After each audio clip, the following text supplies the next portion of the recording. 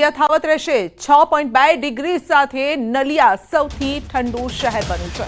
નર્મદામાં 6.7 degree તાપમાન, લુણાવાડામાં 7.8 degree તાપમાન છે, થરાદમાં 7.9 ડિગ્રી, દાહોદમાં 8.2 ડિગ્રી, ખંભાતમાં 8.3 ડિગ્રી નોંધાયું છે ઠંડી અને અંબાજી મંદિર ખાતે પણ 8.5 ડિગ્રી તાપમાન નોંધાયું છે। ડીસામાં 8.9, ભાવનગરમાં 9.1, હળવદમાં 9.4, પાટણમાં 9.4 ડિગ્રી, મોડાસામાં 9.6 ડિગ્રી, ડાંગમાં 9.7 ડિગ્રી, અમરેલીમાં 10 ડિગ્રી, વડોદરામાં 10.2 ડિગ્રી, રાજકોટમાં 10.4 ડિગ્રી તાપમાન નોંધાયું। રાજ્યભરમાં સુસવાટા બોલાવતી ઠંડી પડી રહી છે।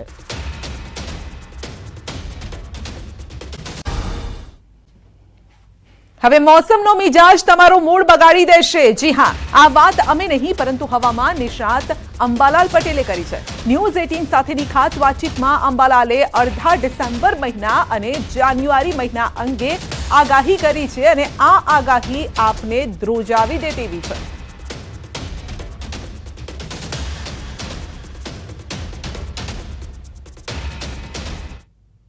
ડિસેમ્બરમાં ઠંડીનો અનુભવ થઈ રહ્યો છે, પરંતુ કોલ્ડ વેવની ફ્રીક્વન્સી ઘટી ગઈ છે, પરંતુ ડિસેમ્બરનો એન્ડ કેવો રહેશે તે આપણે જાણીશું। આપણી સાથે છે હવામાન નિષ્ણાંત અંબાલાલ પટેલ। 26 તારીખ સુધીમાં ડિસેમ્બરની કોઈ મજબૂત પશ્ચિમી વિક્ષેપ આવવાની શક્યતા નથી અને તારીખ 17 ડિસેમ્બરથી ન્યૂનતમ તાપમાનમાં તો બહુ વધઘટ નહીં થાય। ઉત્તર ભારતના ભાગો, સાબરકાંઠાના ભાગો અને પંચમહાલના ભાગોમાં ન્યૂનતમ તાપમાન ક્યારેક 9 ડિગ્રી સેલ્સિયસ, ક્યારેક 10 ડિગ્રી સેલ્સિયસ અને એથી નીચું રહી શકવાની શક્યતા રહેશે, પરંતુ મહત્તમ તાપમાન લગભગ ગુજરાતના મહદ ભાગોમાં અને ભારતના કેટલાક ભાગોમાં વધવાની શક્યતા રહેશે। જેમાં ન્યૂનતમ તાપમાન અંગે જોઈએ તો લગભગ મધ્યપ્રદેશના ભાગોમાં જે ઓછું તાપમાન છે એ લગભગ 14-15 ડિગ્રી કે તેથી ઓછું રહેવાની શક્યતા રહેશે। ઉત્તર ગુજરાતના ભાગોમાં તો ઘણું ઓછું રહેવાની શક્યતા રહેશે। સુરત વગેરે ભાગોમાં ન્યૂનતમ તાપમાન 15 ડિગ્રીની આસપાસ રહેવાની શક્યતા રહેશે। વલસાડના ભાગોમાં પણ લગભગ 17-18ની આસપાસ રહેવાની શક્યતા રહેશે। પશ્ચિમ સૌરાષ્ટ્રના ભાગોમાં પણ ન્યૂનતમ તાપમાન 18થી 20 ડિગ્રી સેલ્સિયસ રહેવાની શક્યતા રહેશે। કચ્છમાં ન્યૂનતમ તાપમાન 10 ડિગ્રી સેલ્સિયસથી ઓછું રહેવાની શક્યતા રહેશે। કચ્છમાં ભારે પવનો ફૂંકાશે અને ગુજરાતમાં પણ કોઈ ભાગમાં થોડાક પવનોની ગતિ રહેશે। કાકા, પણ તાપમાન વધવાનું કારણ શું હશે? તાપમાન વધવાનું કારણ દેશના ઉત્તરીય પર્વતીય પ્રદેશોમાં ભારે હિમવર્ષા થતી નથી અને મજબૂત પશ્ચિમી વિક્ષોભ હમણાં લગભગ આવતા નથી અને લગભગ હમણાં આવશે, પણ તે ઉત્તરીય પર્વતીયના ટોચના ભાગમાં રહેશે। એટલે એલિવેશન દેશના ઉત્તર ભારતનું અને મધ્યપ્રદેશ અને ગુજરાતની ટોપોગ્રાફી આ કારણથી આ ટેમ્પરેચર વધવાની શક્યતા રહેશે। એટલે સવારના ભાગ બાદ કરતાં જ્યારે ઠંડી ગાયબ થઈ ગઈ હોય એવું લગભગ પરમ દિવસથી દેખાય છે। કાકા, તો જાન્યુઆરી મહિનો છે એ કેવો રહેશે? જાન્યુઆરી માસમાં જોવા જઈએ તો પશ્ચિમી વિક્ષોભ જે છે એ તારીખ 26 ડિસેમ્બર પછી મજબૂત આવશે। દેશના ઉત્તરીય પર્વતીય પ્રદેશોમાં ભારે હિમવર્ષા થશે, સફેદ ચાદર રહી જશે અને જાન્યુઆરી માસમાં ગાત્રો થઈ જવી ઠંડી પડવાની શક્યતા રહેશે। ઠંડી પડવાની શક્યતા ડિસેમ્બરના એન્ડ સુધી થશે, પરંતુ ડિસેમ્બરના એન્ડમાં પણ એક લગભગ બંગાળ ઉપસાગરમાં સિસ્ટમ બનશે પરંતુ જાન્યુઆરીમાં કડકડતી ઠંડીમાં લગભગ શરૂઆતમાં કંઈક વાદળવાયુ આવવાની શક્યતા રહેશે। પરંતુ ઉલ્લેખનીય છે વિભુ કે લગભગ મકર સંક્રાંતિથી તે બાદ મોટા પલટા આવશે। કેટલાક ભાગમાં પવનના તોફાનો, નૈસર્ગિક ઉત્પાતો, કરા સાથે વરસાદ આ બધું લગભગ દેશ સહિત ગુજરાતના કેટલાક ભાગોમાં મકર સંક્રાંતિ બાદથી 6 જાન્યુઆરીના અંત સુધીમાં દેખાશે। હમણાં મજબૂત પશ્ચિમ વિક્ષોભ આવતા નથી, આમ છતાં 26 ડિસેમ્બર પછી કોઈ મધ્યમ કક્ષાનો મજબૂત પશ્ચિમ વિક્ષોભ આવશે અને જેના કારણે ગાત્રો સીધોથી ઠંડી લગભગ જાન્યુઆરી માસમાં પડવાની શક્યતા રહેશે અને માત્ર ઠંડી નહીં પણ નૈસર્ગિક ઉત્પાતો, પવન, કરા, તોફાન વગેરે જાન્યુઆરી માસમાં રહેશે, જે ખાસ કરીને મકર સંક્રાંતિ બાદમાં જણાશે।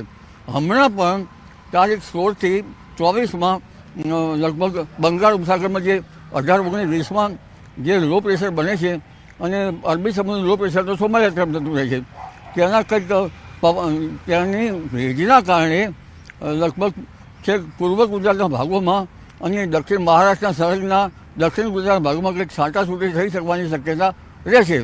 અને તારીખ 26 પછી જે મજબૂત પશ્ચિમી જે સિસ્ટમ બંગાળ ઉપસાગરમાં લો પ્રેશરની બને છે તે સિસ્ટમ દક્ષિણ પૂર્વીય તટો પર વધારે ભારે વરસાદ લાવશે અને જેના ભેજના કારણે અને અરબ સાગરના ભેજના કારણે તારીખ 26 બાદ પણ ગુજરાતના કેટલાક ભાગમાં હળવા છાંટાછૂટી થવાની શક્યતા રહેશે કે જાન્યુઆરીની 3-4 તારીખ સુધીમાં. પરંતુ જે મકર સંક્રાંતિ પછી મોટા ફેરફારો આવશે કે છેક ફેબ્રુઆરી સુધી ચાલુ રહેવાની શક્યતા. કચ્છના થરાના ભુવાની ધતિંગ લીલાનો પર્દાફાશ થયો છે. વિજ્ઞાન જાથાએ વાઘા સુથાર નામના દિવ્યાંગ ભુવાને ઝડપ્યો હતો. અંધશ્રદ્ધામાં ગુમરાહ કરી લોકો પાસેથી તે રૂપિયા પડાવતો હતો. મહત્વનું છે કે 4 દિવસ પહેલા વિજ્ઞાન જાથાએ રેડ કરી હતી અને એક દિવ્યાંગ ભુવાને પકડી પોલીસ મથકમાં અરજી પણ કરી, જે બાદ આ ભુવાની અટકાયત કરાઈ હતી અને ભુવાએ પોલીસ સમક્ષ માફી પણ માંગી હતી અને ત્યારબાદ પોલીસે તેને છોડી મૂક્યો. ત્યારે હવે સમર્થકોના દમ પર ભુવાએ રંગ બદલ્યો છે. વિજ્ઞાન જાથાને ચેલેન્જ કરી છે કે આજે પૂનમ છે, હજારો લોકોની હાજરીમાં ભુવો ધૂંઢશે, ત્યારે વિજ્ઞાન જાથા ત્યાં હાજર રહીને ભુવાને રોકી બતાવે તેવી સીધી ચેલેન્જ આપી છે. જ્યારે કે ભુવાના સમર્થકો વિજ્ઞાન જાથાના જયંત પંડ્યાનો વિરોધ કરશે.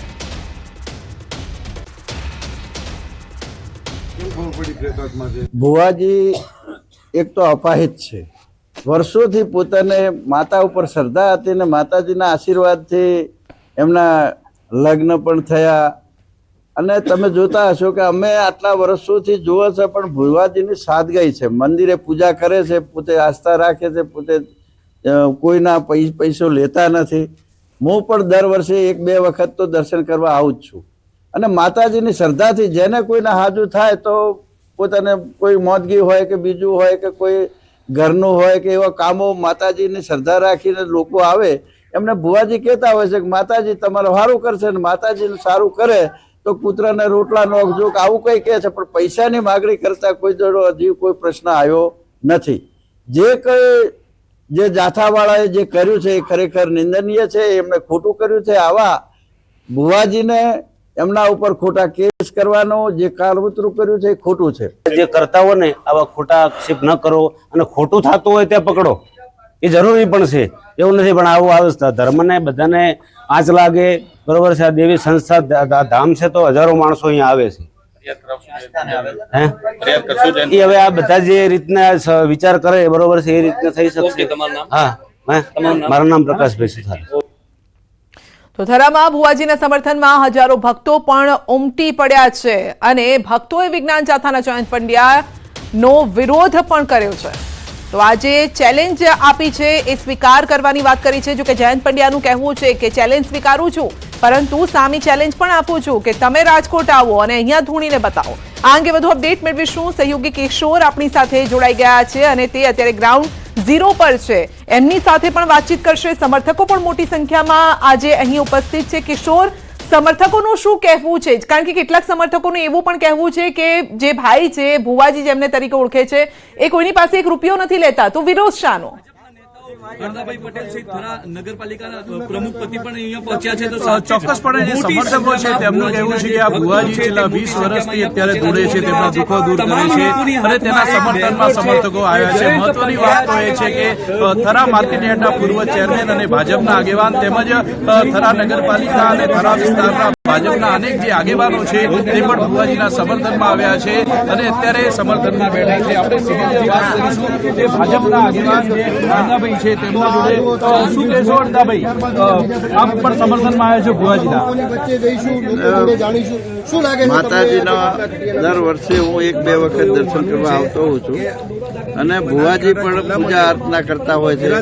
માતાજી આગળ ઘણા લોકો હું જોઉં છું, ઘણા લોકો આવતા હોય છે, ઘણા લોકો કહેતા હોય છે કે મને ભાઈ કેન્સર થયું હતું પણ મેં માતાજીની પ્રાર્થના કરી, મારા અહીં શ્રદ્ધા રાખી અને માતાજીના દર્શન કરવા આવીશ એવી પ્રાર્થના કરી હતી, તો મને દવાખાનેથી રજા આપી પણ હું સાજો થઈ ગયેલો છું. એવું તો અહીંયા મારી સામે એક ભાઈ બેઠા છે, એમણે પણ મને કીધું.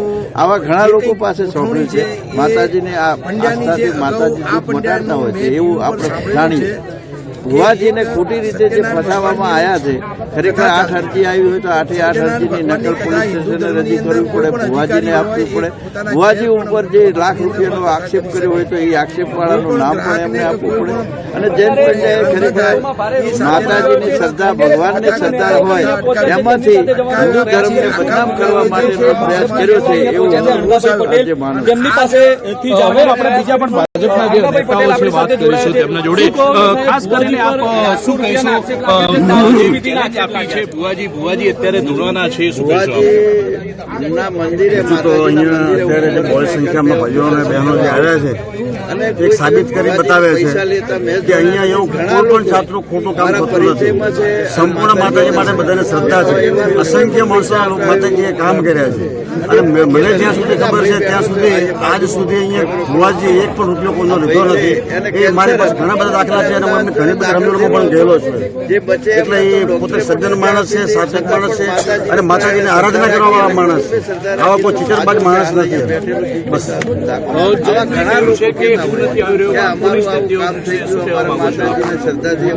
મુખ્ય તો લોકોની શ્રદ્ધા છે, લોકો અહીંયા આવશે અને ભુવાજીએ પણ કીધું છે હું જે આસ્થાથી ધરું છું અને લોકોની સેવા કરું છું એ હંમેશા કરતો રહીશ. મને કોઈનો ડર નથી, હું કારણ કે ખોટું કરતો નથી. તો અમે બધા પણ ભુવાજીની સાથે છીએ. પોલીસ આવશે તો પણ અમે ભુવાજીની સાથે છીએ, કારણ કે એક આ લોકોની આસ્થા છે અને આસ્થાનું કેન્દ્ર છે. અહીંયા લોકોનું સારું થાય છે અને સારામાં છીએ એટલે અમને કોઈનો ડર મોટી સંખ્યામાં આ જે સમર્થકો હતા, જે આ સમર્થકોનું કહેવું છે કે પોલીસ આવશે તો પણ અમે ભુવાજીની સાથે છીએ. હવે જોવા મળે છે કે કેટલી વારમાં અહીંયા પોલીસ આવે છે અને ટૂંક જ સમયમાં ભુવાજી છે તે અહીંયા ધૂળવાની તૈયારી પણ કરી રહ્યા છે.